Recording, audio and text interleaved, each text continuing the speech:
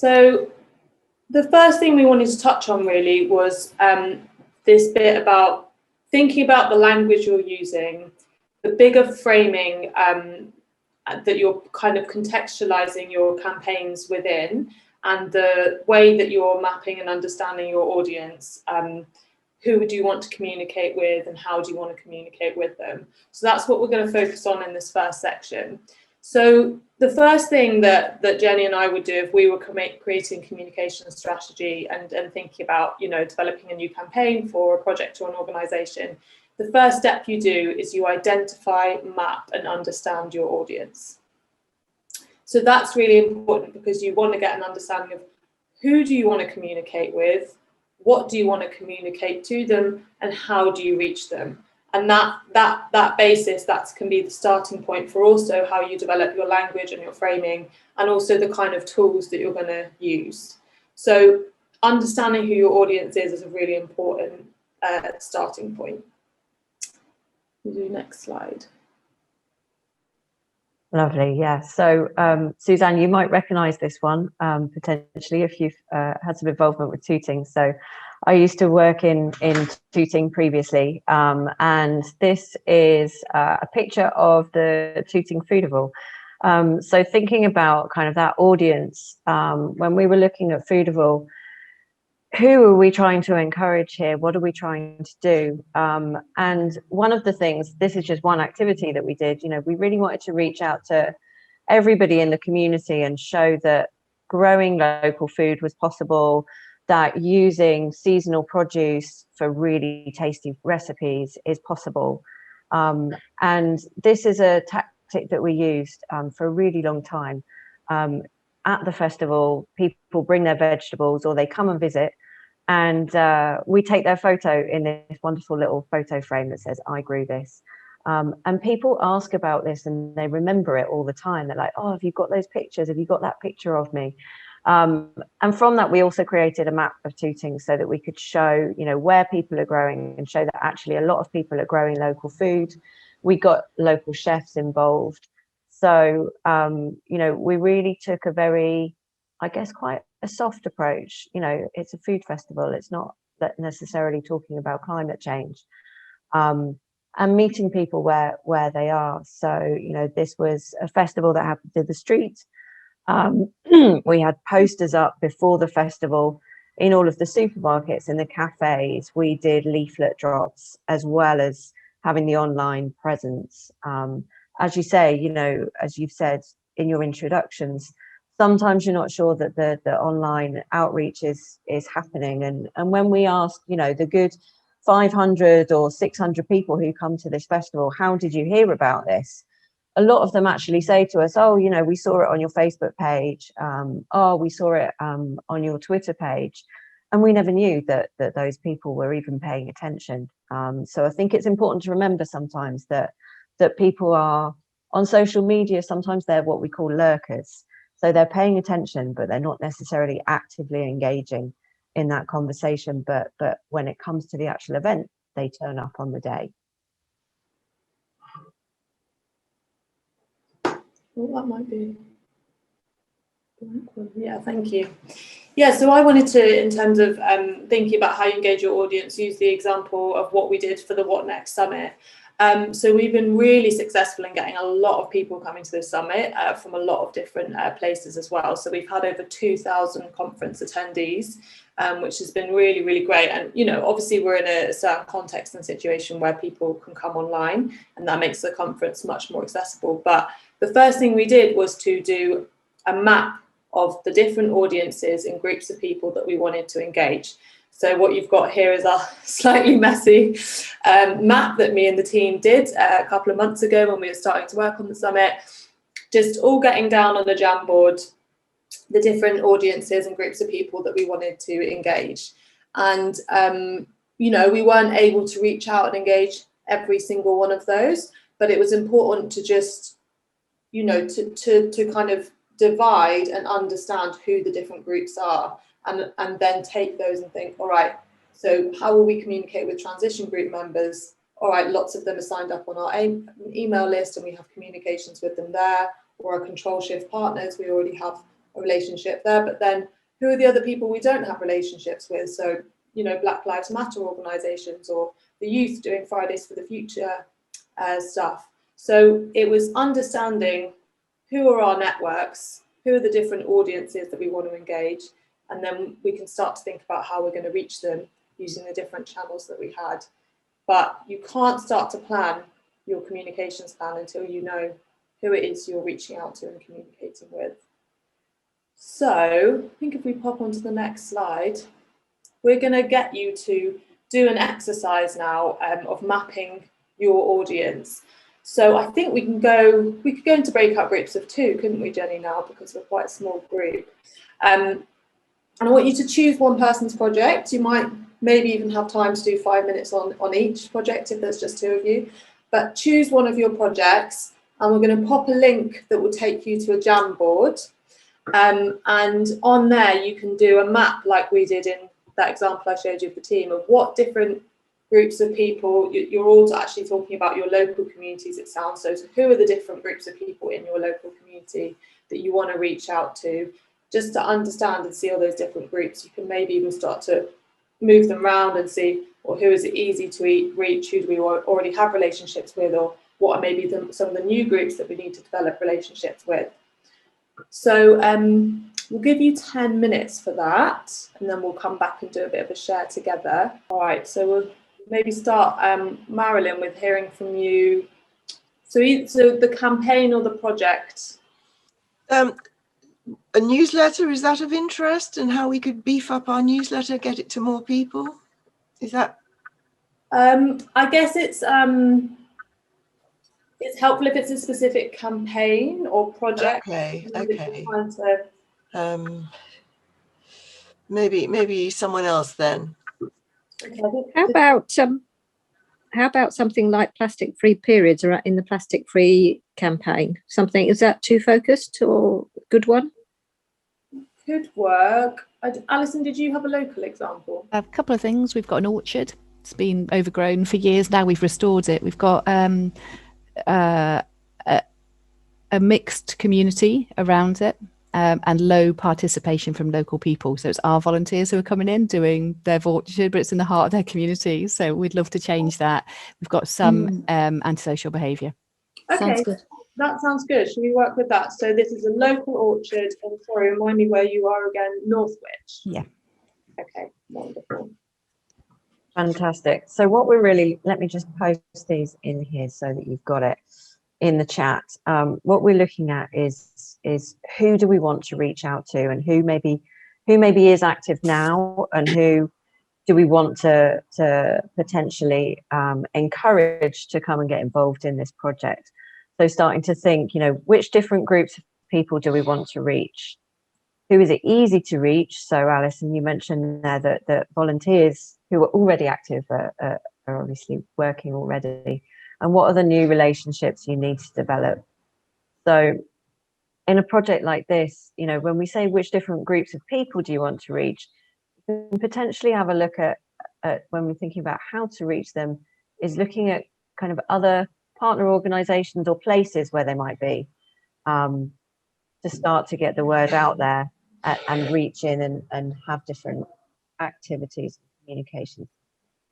So in the context of an orchard, do you want to tell us a bit more about Northwich, Alison? Yeah. Geographically, this orchard is on to one side of the town, so it's not in the centre. Public transport links perhaps a little reduced there. Housing estates surrounding it, huge amount of new build going in, so newly arrived families, and a sort of history of the area being low income, associated with some issues that come with that, a high percentage of local authority housing. But throughout, we're probably one of 5 green spaces, and this orchard is connected on land which is used by anglers. There are 3 nearby lakes, so they're an audience in the area, but it's mainly dog walkers. looking over the fence and looking in. But yeah, we've got probably quite a young population with the new houses coming in, and we've got a nearby high school and a few other green spaces, but they're not very creative green spaces. The others are very traditional kind of recreational grounds, rather than anything more innovative. We've got a partnership with Groundwork, so we're getting support financially and expertise from Groundwork. Just as you're talking, I would like to encourage people to open up the Jamboard, and you can, as Alison is talking, you can start to add post-it notes, little point that you think, oh, this is an interesting audience that she could think about engaging. So if you see my little cursor on the Jamboard here, you go over to the left-hand side and you see there's something that looks like a sticky note. And so you click on the sticky note and then you can put, so we've got anglers, right? Yeah. Fishers nearby. And you press save, and then it should add your little post-it note onto the Jamboard. Can everyone see how to do that? Yeah. So as Alison's talking, this is really great, helpful context, Alison, we can be adding them on and creating this collective map of potential audiences, then that would be great. Brilliant. Sorry, carry on. Perhaps another interesting partnership is that we're the nominated charity for the co-op. There is a co-op in this area. So they have a community champion, but there's no engagement at the moment. I'm not sure that community champion knows about our site. So I feel that's underused at the moment because we'd like to maximize funding that we get from customer points there. The area, due to the desire to improve opportunities, has received quite a large amount of funding. A small amount of that funding is coming to us in the form of a conversation bench.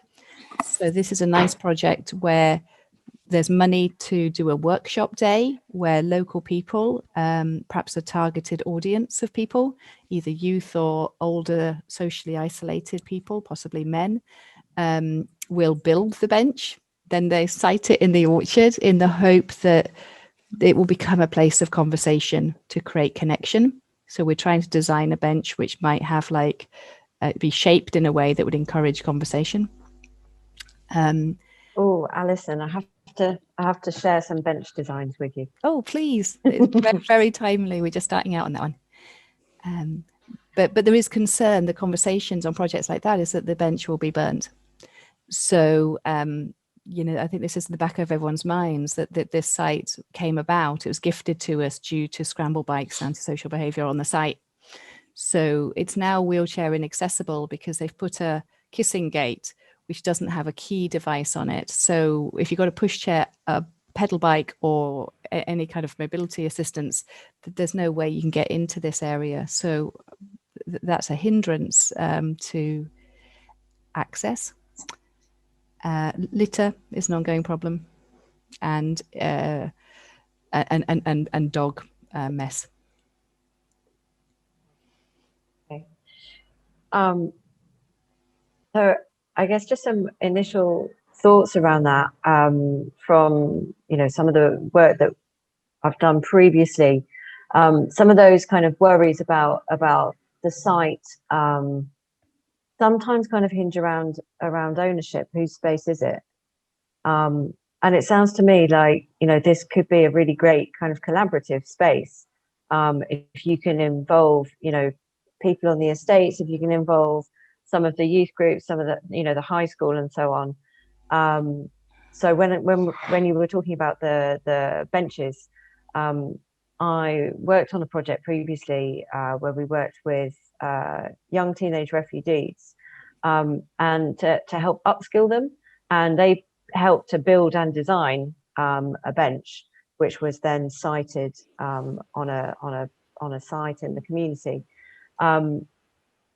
And it gives people ownership when they've been able to collaborate on that. Again, in another space, we worked with a local sculptor to design a bench again, but over 200 people were involved in actually doing the sculpture. So everybody felt that they owned it and would protect it. So that's just a thought.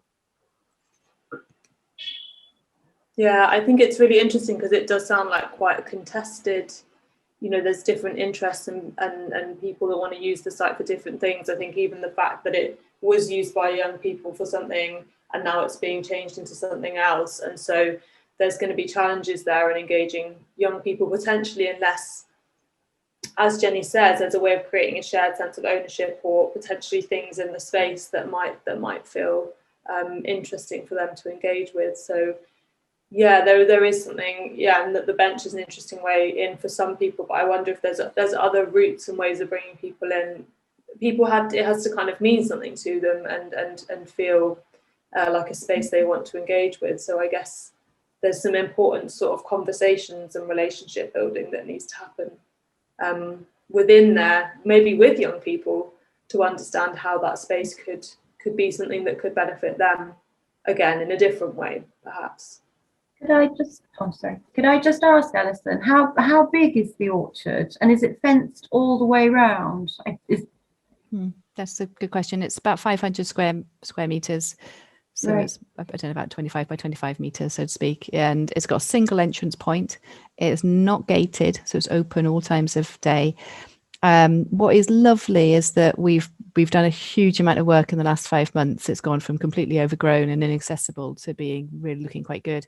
And we've got things like a willow arch. We've laid the willow trees, so it's a laid hedge at the front, a living hedge, built compost bins.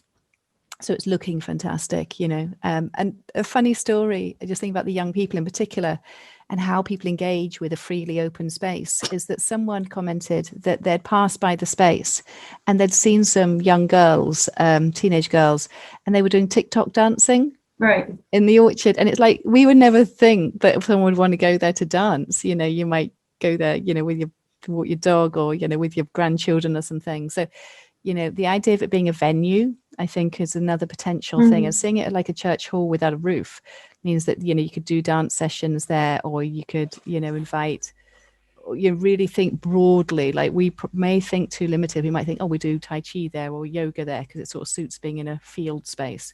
But maybe there's actually much more kind of exciting things that young people want to engage with in that space. One of the things that occurs to me is into sort of young people, whether it's high school or primary school, is this level of ownership that I think Jenny, was it you or Sam was talking about ownership of a bench, and I think ownership, particularly of teenagers, is really important. It occurs to me, you know, there's a school where you've got a site that is, you know, worthy of a biodiversity audit from a biology class, or you know, art, drawing, textiles. You know, it can be used through all sorts of outdoor curriculum activities that get people used to accessing the space and appreciating it for what it is, as well as events, you know, I don't know, apple pressing or whatever, or seed sowing, or, you know, yeah, I think arts and crafts, you know, that where people start to know that this is a place where special things actually happen, not just the growing of apples, or, you know, presumably some of them are heritage fruits if it's a very old orchard. So, you know, grafting, I mean, hell, we come down from Bollington to do some grafting to bring back heritage Cheshire varieties. We're in Cheshire as well. You know, that sort of thing, that sort of reach out, that the sort of thing they're doing at Norton Priory would be a way of reaching out to other interested groups and parties, I think, as well. Yeah, I think that idea of education and events, and as you say, events that different audiences of people will be interested in, sounds really great. There's a great project here in Totnes called Woodland Presents, and I mean, they have a huge woodland, so it's a slightly different context, but they've been able to build some beautiful structures and run a lot of different workshops and events there, and also worked with like mental health charities or other organisations to use that space for, you know, outdoor stuff. So I think that sounds like a really great way to bring different people in. And just on the TikTok videos, like my comms part of me was like, post that on your social media, like speak to those girls and be like, you know, if they've done a TikTok video there and that goes out on your social media, or even they just mention the orchard, that's where they did it, and then other young people see that in the area, you know, then again that's people seeing that it can be a different space, and it changes the image of it to the younger population. So or Bhangra dancing, which seems to be the most popular thing. I don't know if everybody's seen the Sikh guy in the Yukon doing his Bhangra dancing on social media that has gone absolutely viral. So I don't know what your ethnicity mixes in Northwich, but you know, picking up on some of these ideas that are running around and following up on them, I think is, yeah, like you say, is really important. Seize the moment, isn't it? And I wonder if like music, and possibly like a local group might want to make a music video there or perform there, you know. I don't know what legal situations we get into with live music in an outdoor venue. We're new to that. Great, thank you, Alison. Thanks for sharing that example. I think that was a really helpful one to explore. Yeah, and we've got this Jamboard here now. So I think, yeah, just even, you know, starting that conversation when you're mapping these audiences, thinking about the project that you have, and you know, getting someone else sometimes to make these notes, to be the listener, is a really great way to start shaping, you know, looking at who you can reach out to. And from that, as you see, naturally the conversation happens. Okay, so how do we reach these teenagers?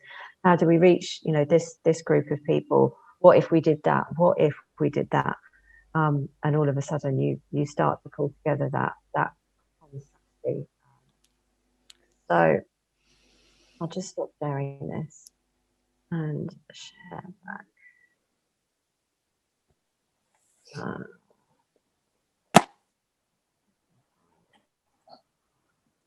Great, we're going back to the slideshow, Jenny.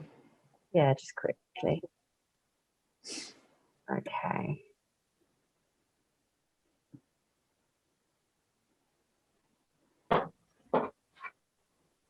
Lovely. So yeah, just having, you know, mapped some of those audiences, started to think about those projects. We've naturally kind of moved on to that next step, where we're thinking about what relationships do we have already, what existing relationships can we strengthen, and what new ones do we want to develop to help achieve those aims. So I think just, you know, in relation to maybe a project that you're working with at the moment, just take a couple of minutes to think about that. Maybe pop a couple of notes down on a piece of paper, and then Rhiannon and I will give a couple of examples about this partnership and relationship building. And in the second half, we'll be moving on to talk more about some of those areas that you guys have highlighted around kind of, you know, online spaces, online comms. But I think it's important to look at this area first. Right, I'll pop some music on for us all working for a couple of minutes.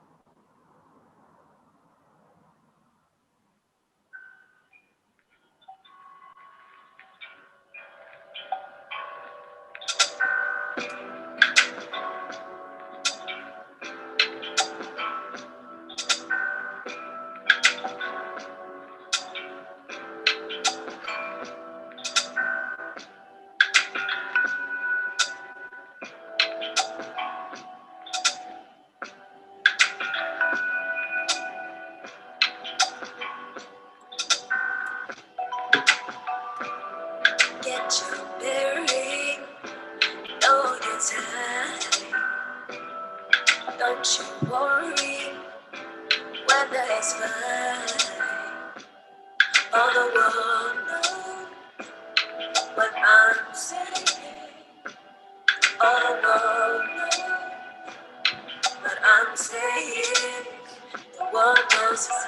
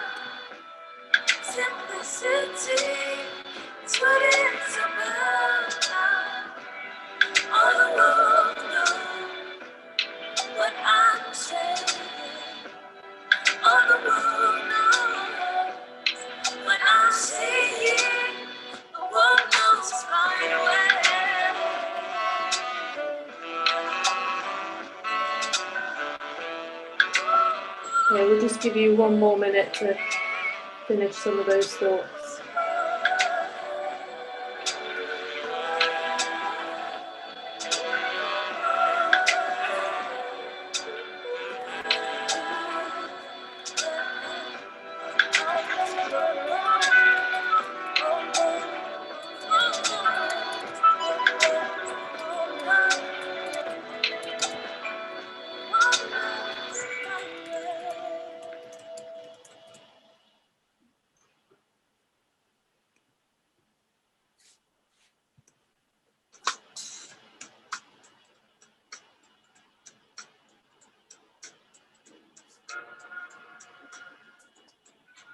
Right.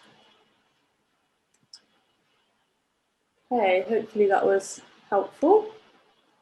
Just take a bit of time to reflect on that. And yeah, should we pop into our examples then? Yeah. Move on. Here we go.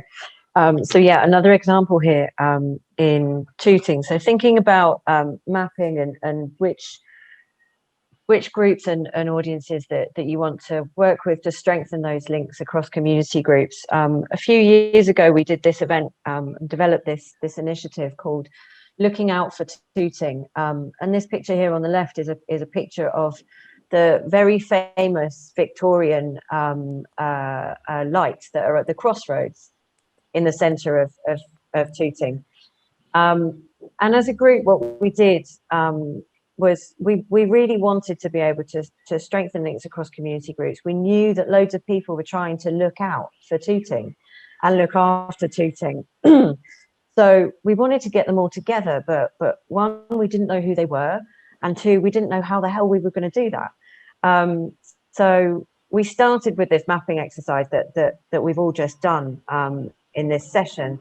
And we were absolutely flabbergasted because between about 7 or 8 of us, we came up with a list of 150 local groups or individuals who were looking after Tooting. So some of them were, you know, schools, churches, faith groups, community groups, charities, councillors, you know, social enterprises, commercial businesses, all of these people that we already had some links with and we knew about.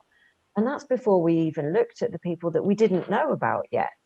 And Tooting isn't a huge area in London. It's very urban, it's very dense, so that, you know, but it's not huge. And we were amazed to discover that there were this many people. And so what we did was curated this event. It was held at a local Uniform Reformist church, which is a really beautiful space, but we also did an audio walk. So people got into groups across the different community groups, and they went out for a walk together in the morning, listening to the audio, and they had challenges to do as they walked around Tooting and thought about the place that they live in and that they look after. And then we came back together in the afternoon. So the way that we reached out to these people, having done the mapping, is we developed this invitation, and you know, and had a lot of conversations to get people to come along. Now 150 people didn't come along, but a good 50-60 people did come along, and it really enabled us to then take forward what turned into a local neighbourhood plan. So that's one example that we wanted to just share. Yeah, and I'm just going to talk a bit more about how we developed partnerships and how that was a real strength in helping promote the What Next Summit and get a lot of people to come along. So after we did that audience mapping, we identified who were our key partners, people that we already have relationships with, and let's try and bring them into the planning process of this conference and invite them to co-create the summit alongside us and run sessions as part of the summit. So we're very, you know, we worked with Control Shift, which is a kind of coalition of a number of different partners, and also with partners up in Scotland, and with Losing Control, who hosted our platform. So we worked out what these different relationships were, and then we thought, okay, we need to make sure we're capitalizing on them and help that we're creating a mutually beneficial relationship as well. And I think that's really important in partnerships. It has to be giving something to people both ways. So Alison, in your example of, with the co-op supermarket, if I was thinking about how I capitalise on or build that partnership with them, I'd be thinking, well, what can be in it for them and what's in it for us, and how do we make sure we're both gaining something from this partnership, because then people kind of fully commit to it. So that, then we had our partners email list and we had a Twitter list of our key partners. We created a promotion pack with key images, example tweets, drafts, text for email letters, all of those things, so that it was really, really easy for our partners to help us promote the summit and the work that we were doing. And within that, we were making sure on our social media and our newsletters, we were also promoting their work, their content, what they were doing. And so again, it's you scratch my back, I'll scratch yours kind of thing, having that two-way relationship and bringing them into the process. So that was working with our existing partners, and really, you're giving time to nourishing that relationship. And then we also identified new people and organisations that we wanted to work with, and again asked them brought them in and asked them to run individual sessions. So we had one on community organising that brought in an organisation called Migrants Organise, Citizens UK, and Acorn, and between them they've got memberships of thousands of people. So we were bringing in whole new networks. Anyone that's running a session, they're tweeting about it on their social media feed. That's then again, we're reaching new audiences. And we, in this context, we were particularly interested in reaching more low-income, people of colour, diverse audiences, because we know that our audience is very white and middle class, and we want to start changing that. And that starts in your communications and in who you're speaking to, and making your communications relevant to as well. So yeah, those are some examples of how you can work with your existing partners and also start to bring new people in using social media effectively. The really nice thing as well is that when you do that, new ideas happen all the time. So we're going to have a little look now that we thought about who is it that we want to talk to, and where are they potentially where we can talk to them. It's just having a look at kind of language, framing, and narrative. So the how to engage with those people and reach out to them. And so we're going to take you through a few of these now. So this is a really great example that is happening now as a result of some of the Transition Network, Transition Bounce Forward seed funding. So this is a project that's happening out in Transition Dover, and they pitched for the funding and won some funding to set up an eco cafe with the goal of strengthening the local environment community and reaching out to a more diverse audience. So unfortunately, what then happened, as we all know, is that at the beginning of this year, the entire country went into lockdown. They were like, how are we going to do an eco cafe now? So they said, okay, well, we'll do it as a Facebook group. Let's start as a Facebook group, start to build that community, and then move into a physical space when we can. So they set up this Facebook group, and they had a really interesting, rich conversation between them. There's sort of 3 or 4 active members of Transition Dover who are, I guess, kind of facilitating this space, putting information out there on the group and trying to reach out to people in the community.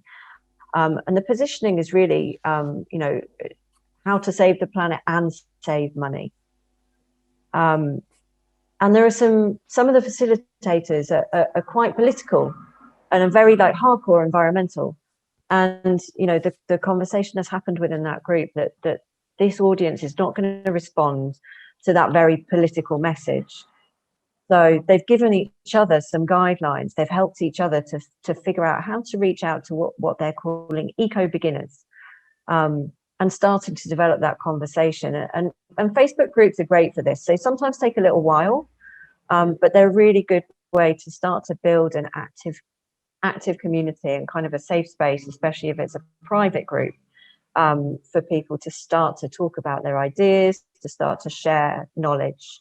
So that's happening now. We'll see what happens next. this is another project which is over in Colombia. So I'm actually based in Colombia at the moment, and I run this social enterprise called Green Apple. And this is really about narrative and framing. So Green Apple is the elevator pitch, essentially working together to protect the environment while benefiting everyone and moving towards a more equal Cartagena. So the city where I live is very unequal. There are people who are very rich and people who are really, in poverty. But how do we do that? So this is a screenshot from our website, just to show the impact and what we're doing. This is not just a charity. We're actually trying to create livelihoods, and we're having a real impact. We're doing something different in the city that nobody else is doing. But using these icons makes it very accessible for people as well. But that we communicate what we do on our Instagram is quite different. So on our Instagram, we're really trying to show that environmental actions, that recycling can be cool, and that we live in a beautiful environment, and that there are loads of things that we can individually do and collectively do. So, we have pictures here of these incredible nests that birds build here. They're fantastic, alongside a picture of a restaurant, and the water glasses on that restaurant table are made by the girls in this picture that you see, and they're made from recycled bottles, water bottles.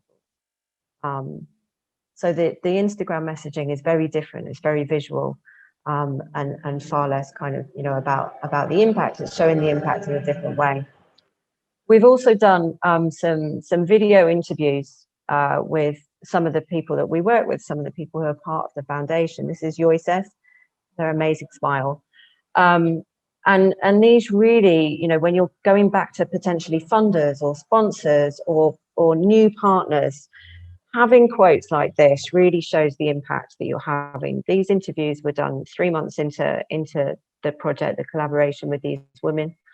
And Yoisa said, this project is important to me because it's given me new expectations and new dreams. You can't pay for that. That's incredible. It's wonderful to see. And it really has a great effect. And what was good about these videos that they did was that they asked each other questions. So it wasn't necessarily me who was asking the questions, it was them asking each other. So it was really informal and really very open, and they had ownership of it. So that co-creation is quite key. Great, thank you, Jenny. So yeah, I'm going to run through an example. One of the projects that I've worked on. 5 or 6 years ago now, I was running an organisation called AltGen that helped young people set up cooperatives. And the narrative and the framing of this was very important. So we had a very clear target audience. We were working with graduates, focusing on graduates, people who are leaving university, like myself, and who were finding themselves competing for unpaid internships and jobs and not getting an employment. And so in this context that I was in, competing for these unpaid internships and thinking, why am I fighting against so many other young people for unpaid work when actually I could be working with them and building a different kind of economy and a different kind of employment already. So I was kind of experiencing this problem myself and then thinking of the solution that spoke to that problem. And the narrative we built around this was very important. Not the visual design that we did was important, and the kind of broader narrative. So you can see on the stickers here, it says, it's not you, it's the economy. That's a very powerful statement in terms of reframing the problem of youth unemployment, all of these young people struggling and blaming themselves that they're not getting work, and saying, no, it's not you, it's the economy. This isn't our problem, it's a bigger societal problem. Or these posters that we put up at Careers Fairs saying, you don't need to climb the ladder. Let's just challenge that whole concept of that you have to go through these career steps. No, you could get together with other young people right now and create the kind of work, the kind of job that you want to see. We know young people want to make a difference through their work. They often go into jobs where they're not making a difference because the jobs don't exist, but you can create that different economy right now. And we spoke a lot around picking up on this theme of isolation, individualism, competition, really saying to people, you're not alone in this is not your fault. come together with others, cooperate, collaborate, and telling our personal stories in that. So we built partnerships with 10 different universities across the country. Now we go and run these talks and workshops. And I know one of the things that landed the most was that I would stand there and tell my story of getting my degree, moving back in with my parents afterwards, being unemployed, waitressing again, you know, fighting for these internships, and then that positive solution. So you're connecting with people's problems, and then you're bringing in what is your positive solution to that problem. So that broader narrative of the kind of the economic context we're in, and reframing who's to blame, you know, and what can be different out of that was really, really important. If you could just pop onto the next slide, Jenny. Yeah, and here are just some more pictures of us when we went to careers fairs. And I mean, careers fairs are really interesting places because you have like all these employers kind of competing to find graduates and like bringing out quite like corporate messaging. And it's funny, in this picture, you can see me with a shaved head actually. We were in the like earth and environment department, and there was all these pictures behind us of like oil rigs and mining and like people in suits looking quite corporate. And we're there, and you know, my co-founder Constance was a graphic designer, and so we created these really fun, playful posters and postcards and t-shirts, and we had these posters that we would get people to come and fill out, like, if I could do it, you know, if you could do anything, what would it be? Getting people to dream and think and imagine that, and having these kind of physical materials that were interactive, and then we did another when we got some funding to give out grants to help people start co-ops. And again, speaking to this, I do a lot on social media, but I think we should never forget the power of face-to-face, postcard stickers and posters. So we went all over London and then gave sent posters to our partners in different university towns across the country.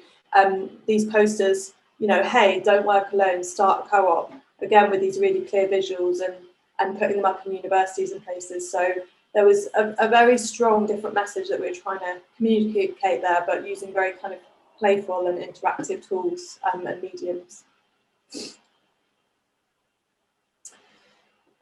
Yeah, and so that we wanted to just touch on, there's been some really, really helpful research done by the Common Cause Foundation, PRIC, who are the Public Interest Research Centre, and NEON, who are the New Economic Organisers Network.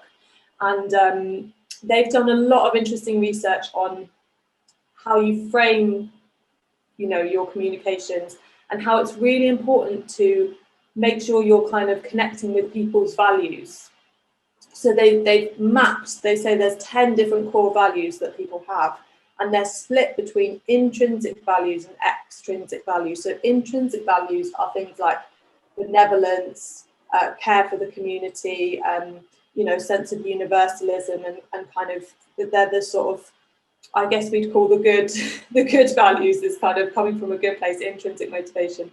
And then there's extrinsic values that are about kind of power and money and wealth, and kind of gaining external things through what you're doing. And they say it's very important to not mix the two when you're communicating. So it's interesting that example of Dover Eco Cafe, Jenny, and I don't want to critique that project because it's great, but when they say save money and save the environment, what they're doing is using intrinsic and extrinsic values there. They're conflicting values, and actually people get a bit of cognitive dissonance when they hear conflicting values, because you're like, oh, is this appealing to that part of me or that part of me? And so it's really important to think about, like, what values are you trying to connect with in people, in your communications, and to try and keep that consistent if you can. I don't know if you can see in the notes, Jenny, there's some links to the organisations who do this research. Yeah. Really worth checking it out. I mean, you could run a 2-hour workshop on this. I've just given a very brief summary. I've attended whole day long workshops on this. But there's a really interesting example I'll just run through. So they've done some research on framing climate justice, and on the slides coming up, I've got some of the top tips that they give. But we'll put the links in the chat as well to these websites. So if you want to look at that research in more detail, you can, because it's really helpful to when you're thinking about this kind of thing. I'll have to find those links. I can't see them. No worries. We can put them there afterwards. So many of these organisations have come together, and I won't kind of go through these in too much detail, but they came up with these 10 recommendations for how to frame climate justice when you're talking about environmental issues. So, you know, be clear about how climate change multiplies oppression, how it does, rather than simply state that it does. Be specific about countries or communities rather than using broad terms like the global south. Emphasize the value of self-direction when talking about affected groups. So I think that's really important, that we want people to, the groups affected by climate change, to have a say in the decisions that affect them. Focus on narratives of solidarity and shared humanity. We'll just pop over to the other ones. They found from their research that a really helpful thing to connect to is connecting to people's distrust of government when appealing to government responsibility, getting people engaged through that way, using examples and metaphors, talking about the local and the global in the same breath, and connecting the dots between colonialism and climate change and this kind of bigger picture. There's 2 more, but I thought we'd just look at those 8 there just to show you some of that research. And yeah, you know, we as small community groups do not have the time to do this research ourselves, right? So I think it's really helpful that there's these bigger organisations looking at that, researching that, and we can kind of go, okay, we can look at these recommendations and we can bring them into the work we're doing and the communications we're developing. So I can find those links in the break and pop them in the chat. I will.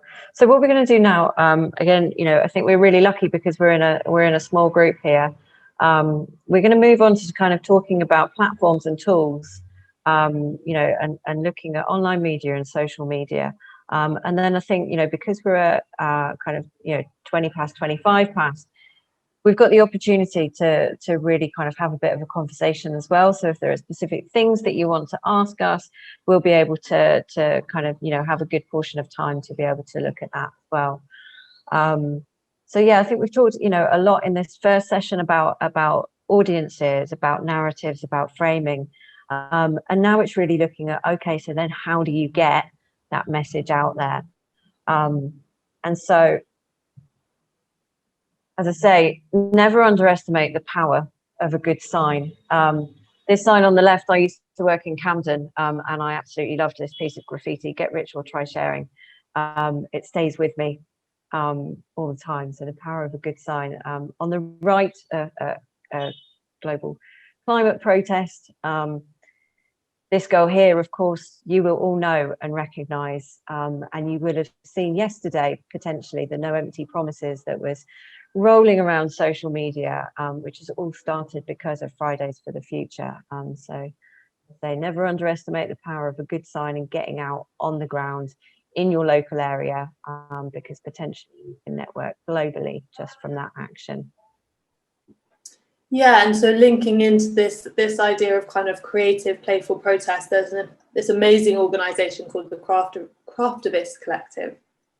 And Sarah Corbett has a whole approach, and she has a book on this, and it's really beautiful. And I think there's something really important in our local groups about creating different ways for different people to engage. Some people will be great at having conversations with people and getting on the street and handing out flyers. Other people will be really up for, you know, going on a protest and making a lot of noise. But some people like to do their activism in a more quiet, gentle, creative way. And I did a lot when I was working with community groups in Oxford on allowing those different entry points for people, allowing people to kind of do their activism in different ways. And so not only does this allow different forms of activists, but craftivism is a really beautiful way to create these different kind of offerings and put them up around in your community or areas around a specific campaign. So you can see in the top right of here, she has these beautiful banners. You can knit and sew, so that says "Be the change you want to see in the world." On the mannequin and in the left corner, they did this really amazing campaign when they were trying to challenge Primark and like the low wages that workers were being paid. So they made these masks and they put them on the mannequins. So this says, "There is no point to a globalization that reduces the price of a child's shoes, but costs the father his job." it was really powerful. Like they were in the shop when people were coming to Primark, and they were like they stitched little tags and put them on the clothes as well that had similar messages around the problem of these clothes being so cheap and the way that impacted people's livelihoods. And I'm not sure if you can see so well here, but down the 2 images down here, we've got lots of things that people have been doing since the death of Sarah Everard. So you've got these 2 little teddies that were stitched here, and the banner says "Protect your daughter" is crossed out, and underneath it says "Educate your son." And then in the corner as well, just like beautiful kind of hearts and little bits of material that were put onto trees in parks to kind of say give women space and support women in these different circumstances. So yeah, something about bringing creativity and art and thinking about these different and engaging ways you can communicate your message that make people stop and go, oh, what's that? And it stays with them. So yeah, I definitely recommend checking out the Craftivist Collective's work as well. I think one of the really interesting things about this as well is that, as you can see in that bottom center image is, this is something that's happening physically in a space. It's been created, it's been crafted, but then someone's taken a photo of it and they've shared it online. And so then that message gets shared, despite the fact that it's a very local action. With a global message, it then gets shared and shared and shared.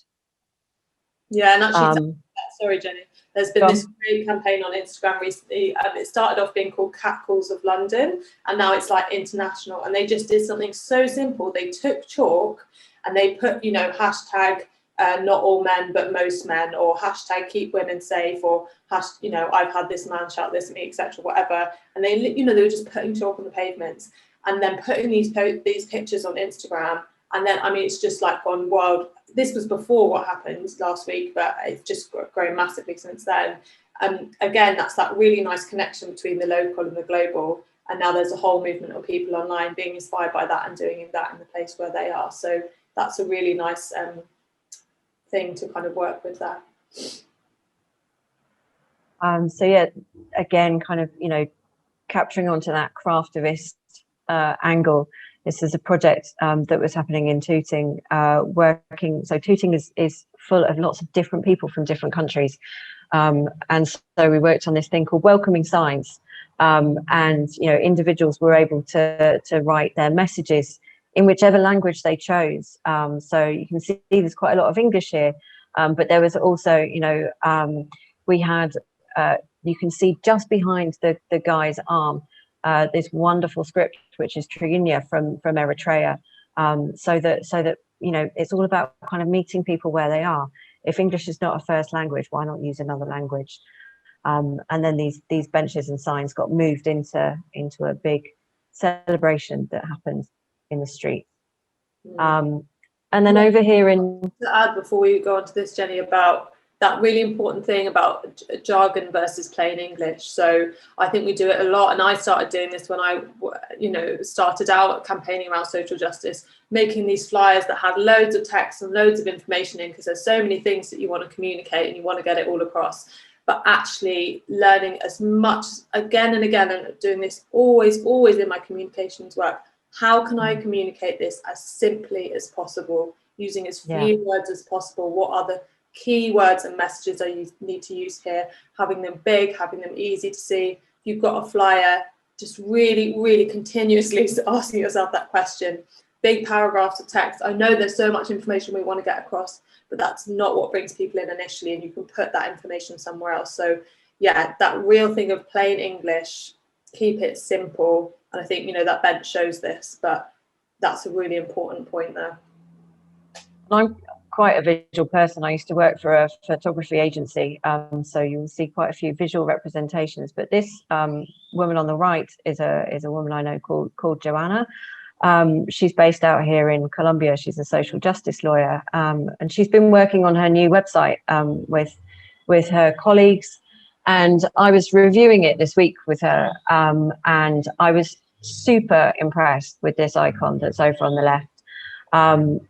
And I asked her, where did you get this from? Did you buy it from an agency? And she said, no, I got it designed. I got it designed specifically for my website, because I couldn't find anything that represented Colombia in the way that I needed it to be represented. So she got this icon design. She worked with a graphic designer, so you can see, you know, it's got the representation of young people, old people, Afro-Colombians, able-bodied people versus disabled people, LGBTQ and indigenous communities as well. So that power of the visual, sometimes, you know, as they say, a picture can speak 1,000 words.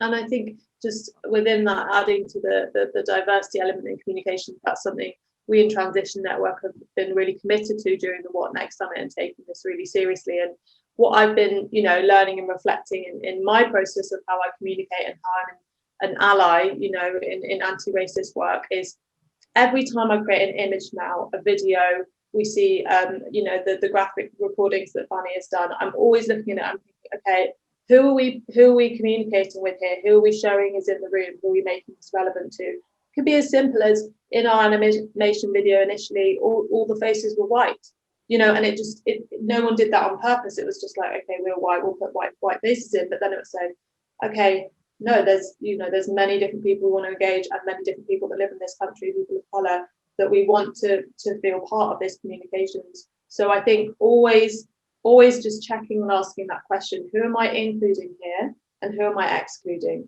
Who would see this and think, oh, that's me, I'm part of that, and who would think, oh, I'm not there, my face, my culture is not included there. And it will always depend on your context and your audience, but that's been really, really important for me as we've been doing our communication for the What Next Summit. Who are we including in our imagery and in our communications? Yeah, being able to do that mapping, for instance, with the Orchard project, you know, involving young people as well as the adult volunteers. So yeah, I think Rhiannon touched on this earlier, the difference between kind of jargon and plain English. And so this is a visual about, you know, the temperature rises that we're experiencing at the moment. Now, for some of us, this is really motivating, but it's being aware as well that for some people, this can be very demotivating, seeing this and saying, well, it's happened, it's done, you know, what difference can I make? Sometimes this works for some people, but sometimes it can be demotivating. Whereas this is another way of looking at it. This is a book, How Can You Save the Planet? Because you have the power to make change. So just, you know, thinking about what, as Rhiannon talked about, those values and Common Cause has actually mapped out the whole of the UK and done some wonderful research on that, which is all free on their website to download, to be able to almost just do a check-in as to how it is that you're communicating with the people that you want to reach. And I think never forget things like audio and visual, audio and video. So I come from a media background, and I think, you know, things these days like podcasts can sometimes be more accessible than, you know, national media. Local media is hugely important. There are lots of people, you know, running their own podcasts, running their own YouTube channels, and so on. And I think, you know, think about it from that perspective as well. Is there somebody that can maybe interview your project? Is there someone who can come and do, you know, a bit of filming and some interviews for you in the space where you're working?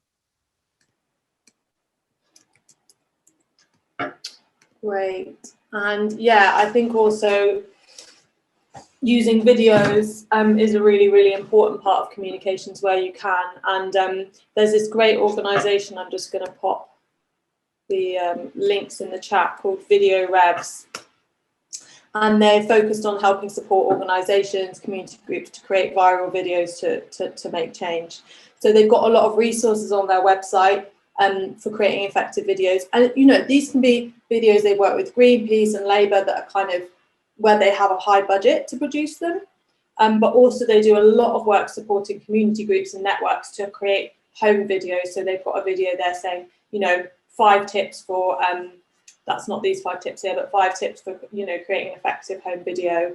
Or a thing that can work really, really well is if you create a template of sharing, I don't know, your 5 steps you're going to do to make your life more sustainable, or, you know, one thing you're going to do to make your life more sustainable, and someone films themselves doing that, and then you encourage other people to send in their own videos and tag themselves. That's a really, really great way kind of building that momentum. So Video Revs worked with Labour to do that very successfully in the Corbyn campaign, had thousands and thousands of people sending a video saying why they were voting Labour, for example. So if you can create a template there, that's really helpful. And yeah, they've just got their 5 tips here.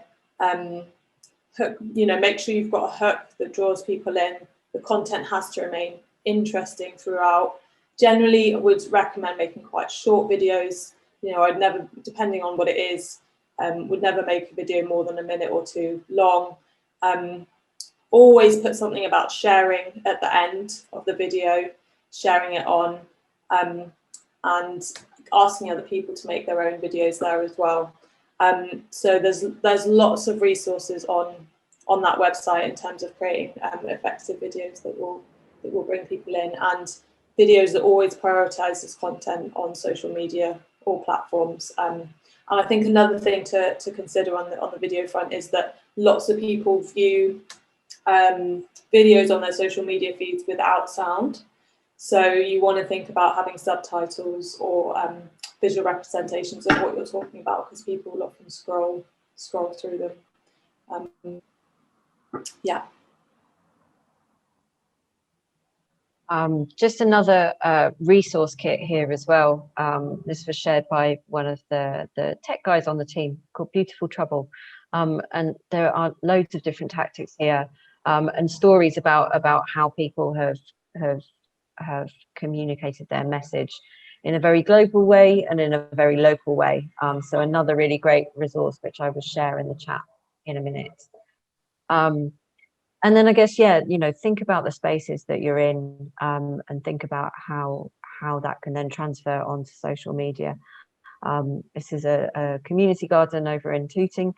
And, we had a huge number of events here, rather than having it, in a pub, because there's a big Muslim community in Tooting. And so pubs are not open spaces for everybody. So moving on to social media, and I think, this is a place where we can really have a bit of a discussion, because I'm also very aware that some of you have said, think about capacity. So Rhiannon and I have been doing this, full time, in terms of working on the summit, for example, and it's, this can be a huge amount of work. And so it's really about kind of prioritizing what's useful to have online, where do you put your energy, and how do you best use the online platforms, and deciding which platform works for your audience. So, we've got 4 platforms here listed out. We haven't even talked about TikTok on this slide. There are a huge number of platforms, so it's really deciding. And these are just kind of guidelines. In terms of Twitter, it's very kind of newsy. There's lots of conversations happening on there, professionals talking about their specialisms. Whereas on Instagram, that's way more visual, it's way more lighthearted, it's way more inspirational. We touched on Facebook being used, in terms of being able to build community and groups. Whereas, you'll find that then once you've got an established group and you're maybe on a project team, potentially something like WhatsApp will work really, really well for you. Yeah, and I think it is understanding, as Jenny says, if you're volunteering or there's, you don't have lots of you might not have time to do. It's better to choose one and do it well than to spread yourself thinly across 4 different platforms. So it is understanding what is the one that's going to reach the audience you're interested in, what's the one that you're going to choose to work with. If you don't have someone there who's in your team who's good at taking photos and creating beautiful graphics, I probably wouldn't recommend using Instagram, because that's what that site needs. Facebook is a really interesting one because it's very good if you're using the groups and building community and discussion forums, but the pages are very challenging to get engagement and likes because Facebook has algorithms that deprioritize them. And essentially, unless you pay for adverts, it's very hard to kind of get them seen in people's feeds. So, and Twitter is very good for that relationship and partnership building. But as Jenny says, it's often specialists, people working in certain fields and potentially not your kind of everyday community members. So it's really working out where are the people you want to engage most likely to be, and what are your strengths and skill sets in terms of what platform might make the most sense. And I think the final point we put there, and some of you seem to maybe touch on this when you were talking about writing articles for local news.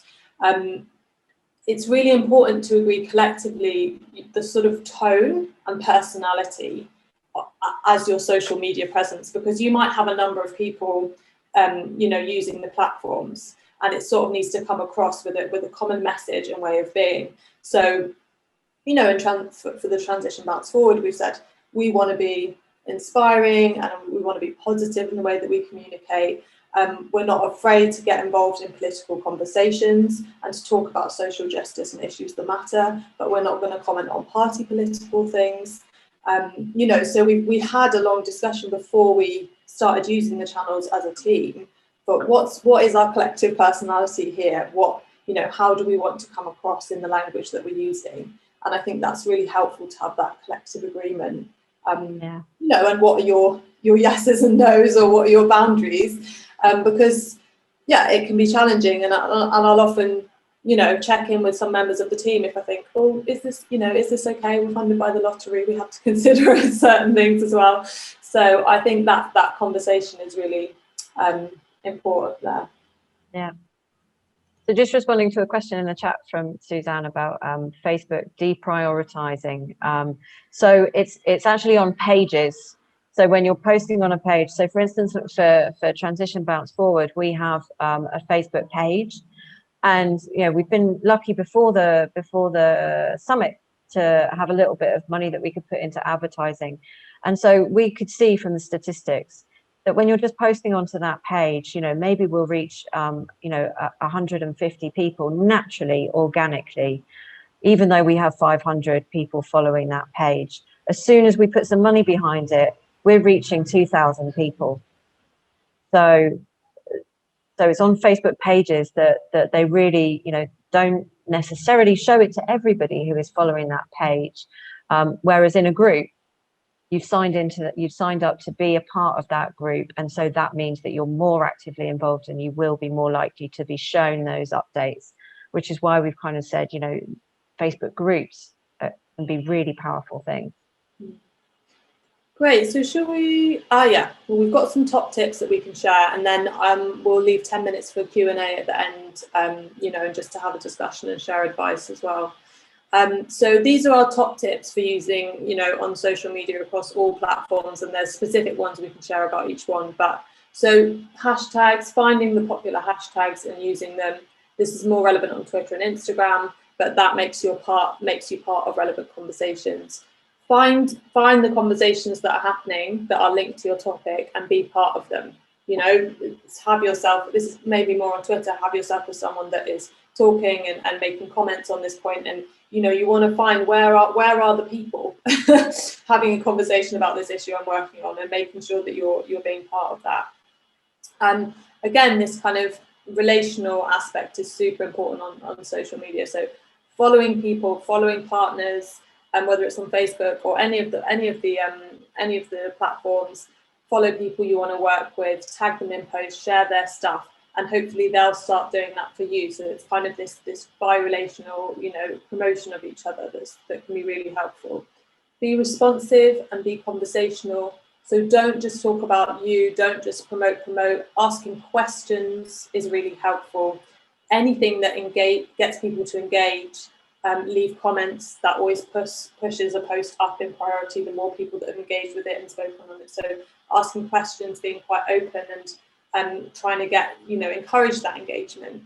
And using images and videos will always get you more likes and shares on any platform. All platforms, Instagram is visual, but all platforms prioritize posts that have a video or an image in them and not just text.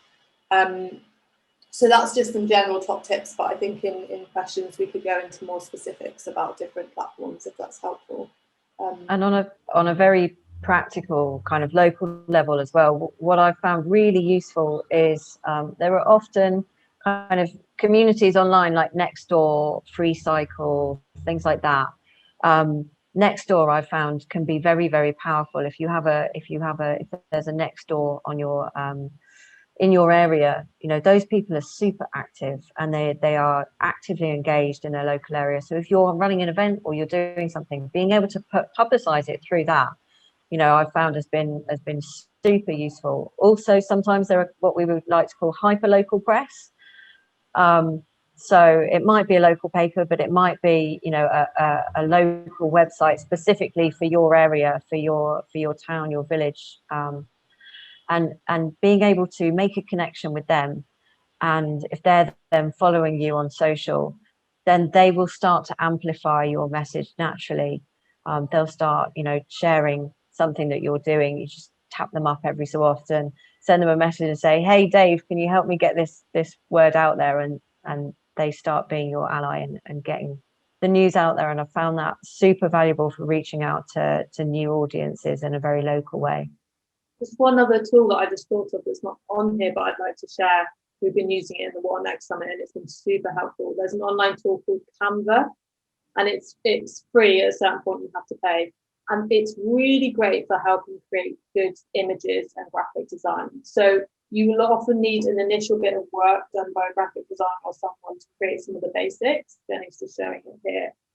But once they've uploaded some of those basic logos, words or backgrounds for you, you can just, you can see here, you can play around and create all sorts of different things on that. And it's designed for people who are not graphic designers to use. I'm not, you know, graphic designer, and it's just super easy and yeah, really, really helpful for us. We had someone do the initial graphic design work, and then we've just been able to, every time we need to create a new poster or something, we've got all the things we need to then repurpose it in different ways.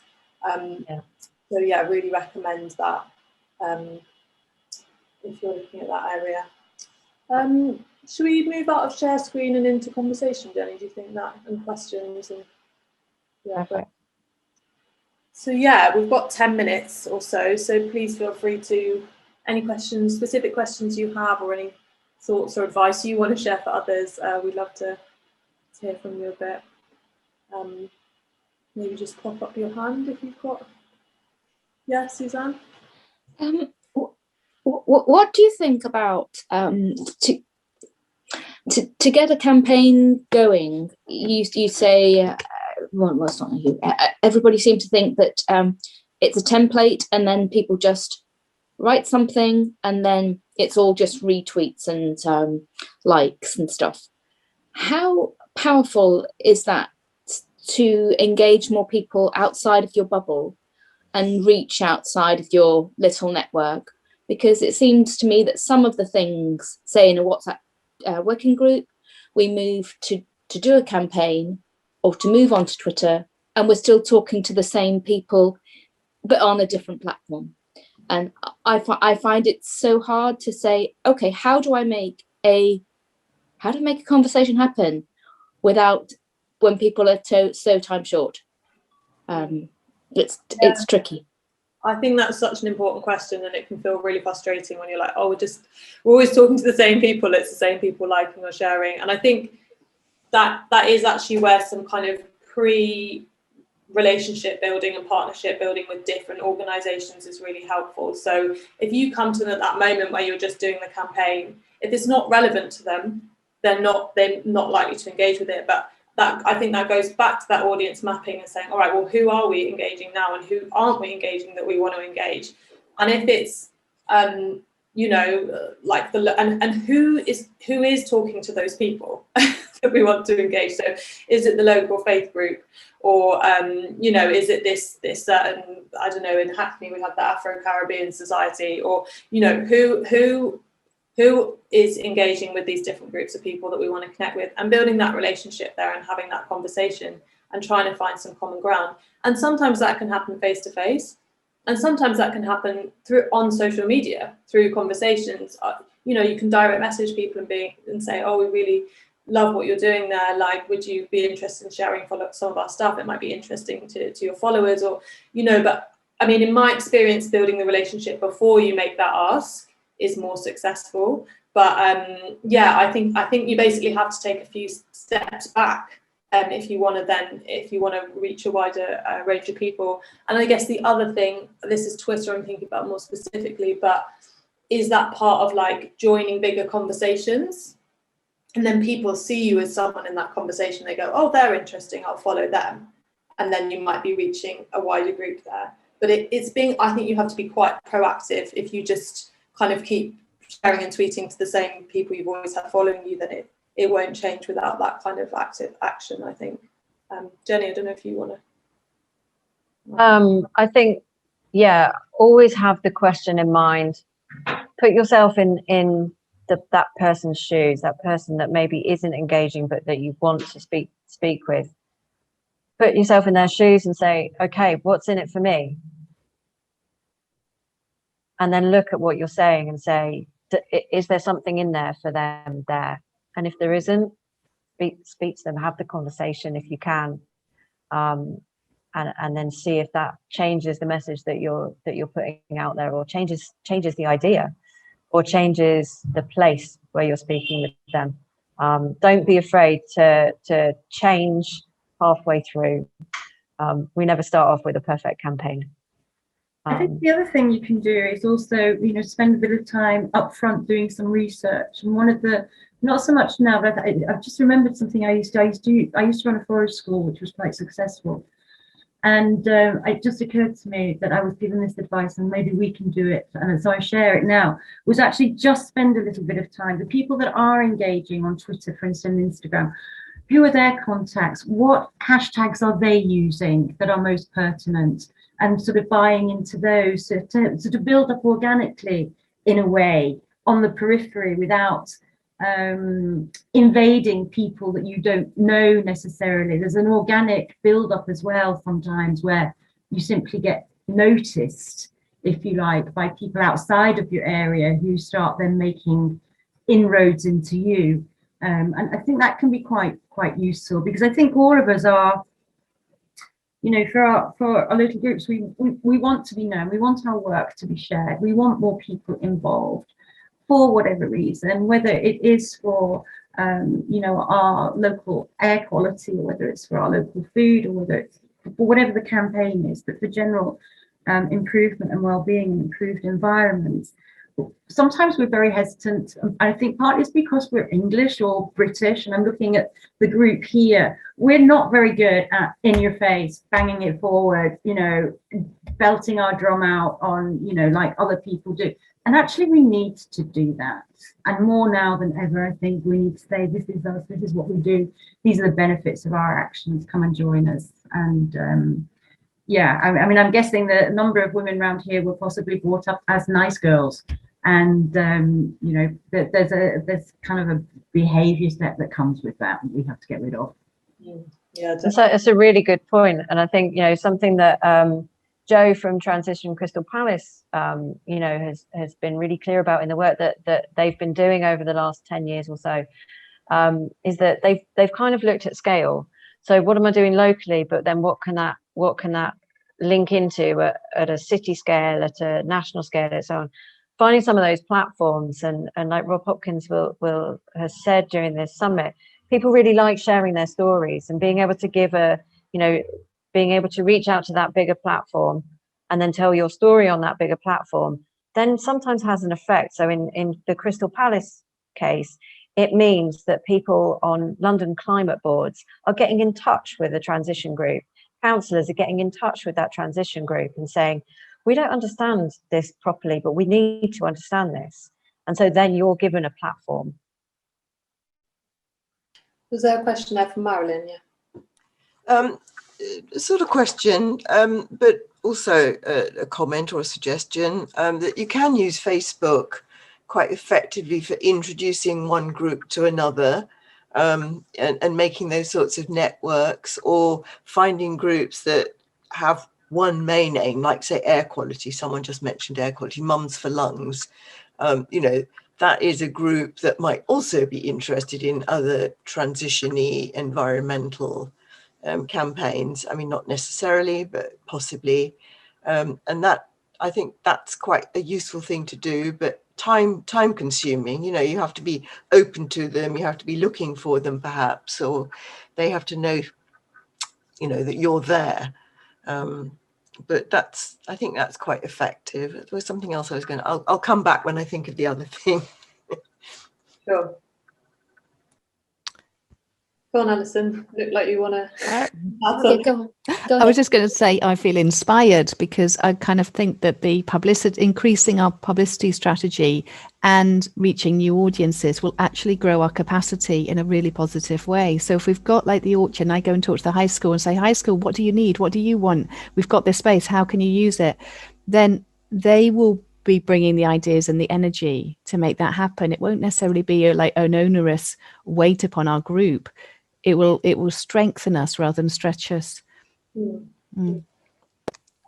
And especially if you're engaging people from different parts of the community with different demographics, then you want to kind of support them to be engaging and communicating with the people in their network. So it doesn't, you know, having that diversity of people just naturally means you're reaching different audiences, you know.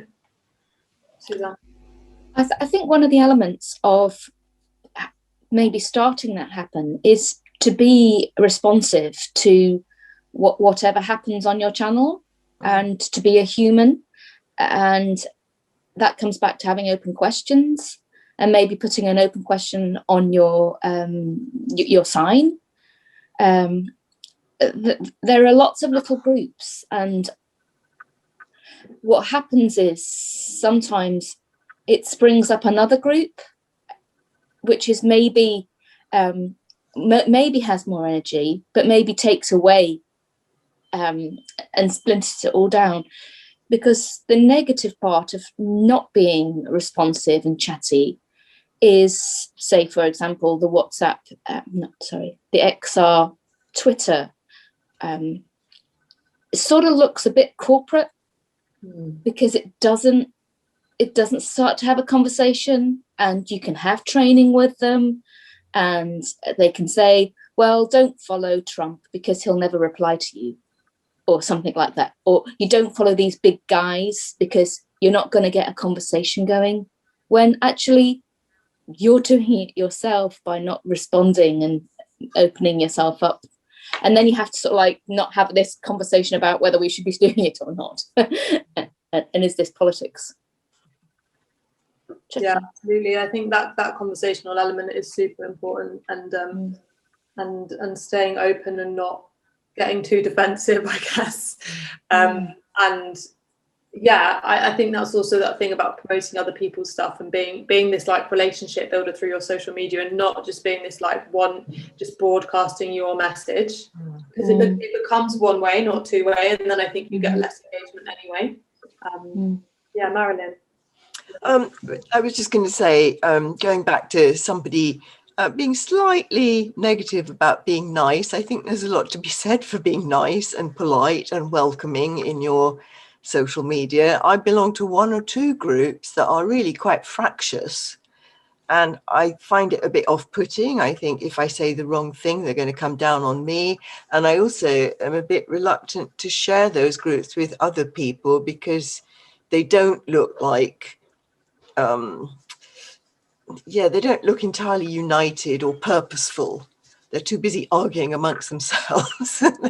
That's a tricky one. I mean, I can't stop them arguing, and they're entitled to do it, but I don't think it looks very good to the outside world. Yeah, absolutely. I mean, yeah, I think there's that kind of keeping positive in your messaging and not becoming aggressive and defensive. I think maybe what Alex what someone was suggesting was about not being afraid to shout about the work that you're doing and kind of share it proudly, and not being afraid to approach people as well. And I think that is that quite English element of like, oh no, we'll sort of be polite and being like, okay, I'm going to go out there and talk to people about this. Or even, when I direct message people on Instagram, I think, oh God, is this okay? And, you don't want to be pushy, but also just being a bit brave about that. And if they don't get back to you, they don't get back to you. You've tried, you can try other ways. But I think that was more about feeling emboldened to get the word out, I guess. I think we're going to need to finish up now.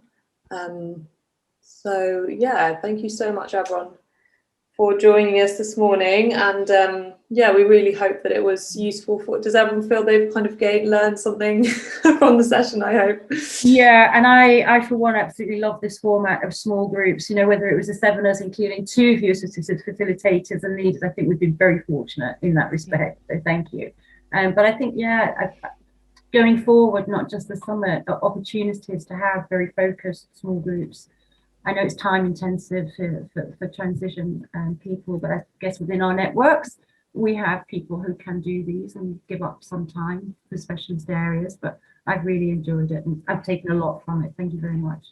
And thank you, Alison, for sharing your project.